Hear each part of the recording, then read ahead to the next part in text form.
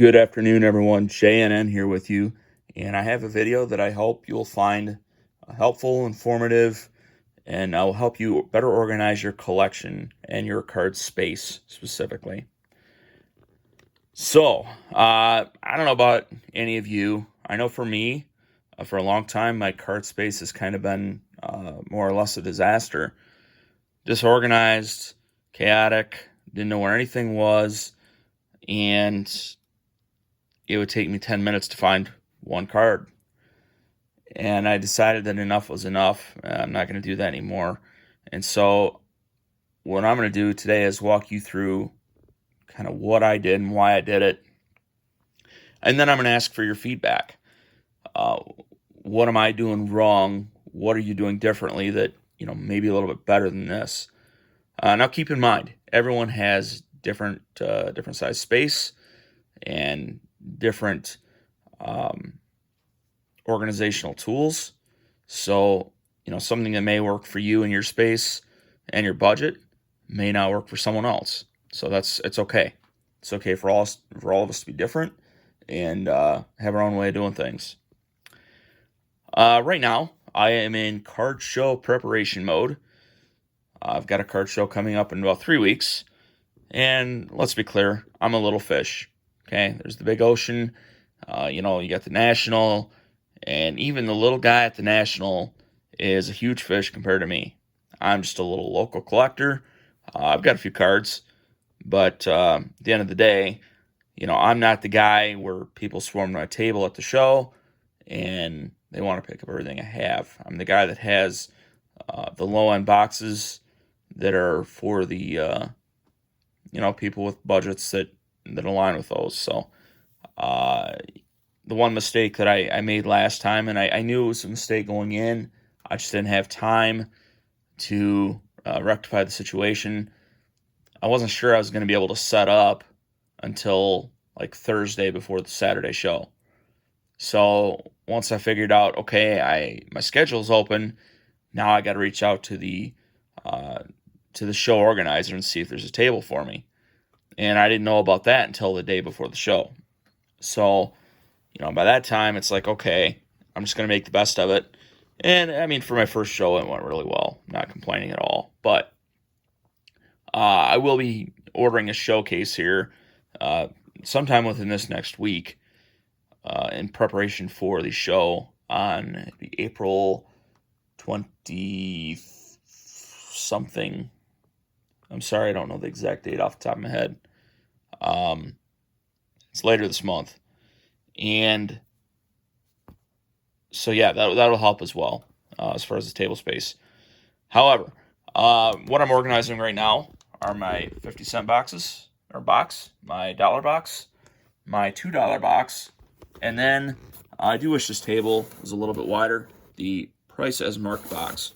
Now, there will be a difference between that and the showcase items where there wasn't at the last show. I mean, I put some stuff out on stands and whatever, but by and large, a lot of the better cards were right in that box. And I know that impacted how the show went for me, but like I said, it still went pretty well. So, the next thing, I put this together a few, 2-3 years ago. I did not make this organizational structure itself. I did fill the drawers. Most importantly, painter's tape. If you ever ship cards, make sure that you use that. If you use this, people are going to get very mad at you and leave mean comments about you, and it's not nice. So don't use Scotch tape on top loaders. You may be able to tell I'm a little bit fearful about a top loader shortage in the future. So I've got probably 6 or 7 drawers full of these. Probably, 250, 300 top loaders that I can use to ship out cards or get ready for show. I got some large top loaders. I got some mags. I do have some nice microfiber cloths right here in case there's like an obvious surface issue. I'm not into the grading game at this point. I'm exploring it, but not there yet. are some of these plastic dividers. They're kind of a flexible plastic, so great for cards, but you can see right here, they're great for sorting. A few more mags. I've got some index cards. I use those for two purposes. Sometimes if someone buys something from me, I'll write a little note on one thanking them for purchasing from me. And if for whatever reason I'm doing like a care package, or maybe it's a one card trade deal where both parties say, okay, we're gonna use a plain white envelope because it doesn't make sense to spend $4 or $5 to ship a $2 card, then I use those to tape around the top loader, basically to give it just a little bit of extra protection there.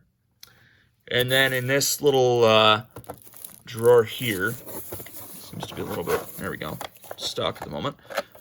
Any type of business cards, stickers that I receive from people who I've purchased from, I do keep those. So I include those in there. Occasionally I'll have something up on the side there. There is the Neo Cards and Comics sticker. Got that when I met him at the Shipshawana show. And then there is a card show. I put announcements up here.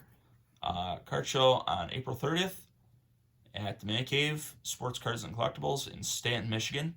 A little bit northwest of Grand Rapids for those of you in the area. One thing that helps me stay organized at the show itself is to be able to sign, like this one. What this does, any card with a sticker of any of these colors, people can look at this and know exactly what the card costs. I also provide information about my social media handles, and I don't know, just very basic, but to the point. People should be able to look at that and figure out my pricing structure. And like I said, each card, if you look at the back of this card, it has a yellow sticker on it. That tells you that card is on sale for $1. There's another one, Aaron Judge card. Yellow sticker, it's $1. It's cool, works great. So yeah. This is where I put together these boxes. Now, you put cards in these boxes, but where do you get the cards from? The side table, or in this case, a side wheelie cart / old storage bin for kids' art supplies. I believe that is the technical name for it. Cards in here may go one of a number of places. Some of them will go right here in these boxes and be sold. Some of these are PC cards I just haven't had time to get to yet. And thirdly, some of these might be some speculative plays. For instance, Kenyon Martin Jr. I pick these up in 10-cent bins all the time. I think this guy is a pretty good ball player. So, I'll pick up stuff like that. Then you go right behind that, and there's a Calvin Johnson rookie. And another. That is not a speculative play. He's already had a legendary career. There's another Calvin there. That is most likely going to be PC. I might take it to the show in case I need it to get a deal done or something like that. But by and large, Calvin is a beast, especially here in Michigan. So yeah, I've got a little table off to the side where I can, just grab a stack and then, sort through the boxes or put them in the show boxes, or I can move them into the PC boxes, which I'll get to that in just a minute. Again, Scotch tape. I do still print, like if I sell something on eBay, print my label off there onto computer paper. And so, I need to tape that to the envelope. And then when I get all done with any envelope, whether it's a bubble mailer or a plain white envelope, I do use a piece of Scotch tape on the seal of the envelope just to give it a little bit extra protection there. I do empty the penny sleeves into this red bin. I think this bin cost me like $1 maybe, and it's a lot more accessible to do this than to go dig in the penny sleeve drawer there and pull them out of a bag every time you need one. That's not very easy. So I thought that was well worth the investment there. Stickers, again, for the show boxes, every card is marked. What that does is if I get someone that comes up and, hey, I'm going to take a look at these cards. Okay, I want this one. And so, they put them back, and then they go to the dollar box and say, you know what, I'd rather have this card. I'm just going to throw this one back in here. What that does, I can still look at this and say, okay, this has a blue sticker on it. It was misplaced by someone. That card is 50 cents. It's not going to cost you $1. So, and believe me, that does happen. And I have 2 young kids. Well, not like real young. They're 12 and 10. And normally you would think of them as being kind of the culprits. That's often not true, because I've trained my kids that, when you're going through other people's cards, respect them like your own. It's normally grown men that are going through these boxes, and they can't seem to quite understand the concept of, we're trying to keep the sports together, we're trying to keep the prices together. So if I want a $1 football card, I can go to one place, one box, and they're all there, and they're not flipped all over the place. I am trying to figure out a solution to that. So like the 50-cent box, now granted, I'm far from done with this, but I've got a lot of open space there. Okay, I'm trying to figure out a way to, I don't know, have to be like a spring-loaded thing or something. Of course, I don't want to press against the cards or anything like that, but something to kind of keep everything upright. We'll have some dividers, so if people are going through, they can just stick it in there to keep their place, that kind of thing. I think that's smart. But so yeah, I'll go to the storage shelf in just a minute here, and be back. All right, we are back, and I'm going to show you the storage shelf that we have. Bought the shelf last, I don't know, November, December, something like that, and I think that was about $80 at Menards. So nothing fancy or anything like that. This has everything I need that's not on the other table. I've got a bunch of bubble mailers and boxes in there. I've got a couple boxes there with, those are going to be the next ones to go over to the side table to be sorted. These are pretty cool. I always ship cards and bubble mailers with cardboard. I used to just cut up Amazon boxes, but I got sick of doing that. And so I decided it's worth like the $15 to order 200 of them. So now for the next 100 bundles that I put together, I'm all set for the for $15. Got some other boxes there in case people have larger orders. A few stamps in case I do like a care package or something, or a really cheap deal. A few other little supply items there. Right up here, these 2 boxes are PC boxes. I've got some cards that obviously need to be filed away. That's on the list to do. Got a couple more boxes to sort through here. More boxes to sort through up there. A few Funko Pops. A couple 25th anniversary celebration elite trainer boxes up there that are remaining in the Target bag to keep out of sight and out of mind from the previously mentioned 12 and 10-year-old. More cards to sort through there. This is a light box. If you do postcards online, this is a great idea. There's a cable that plugs in right up here in that corner, and it turns on a light for you. And basically what it does is it takes care of all of the outside noise, any glare, anything like that. Gives you good light. One thing I would strongly recommend is a safe.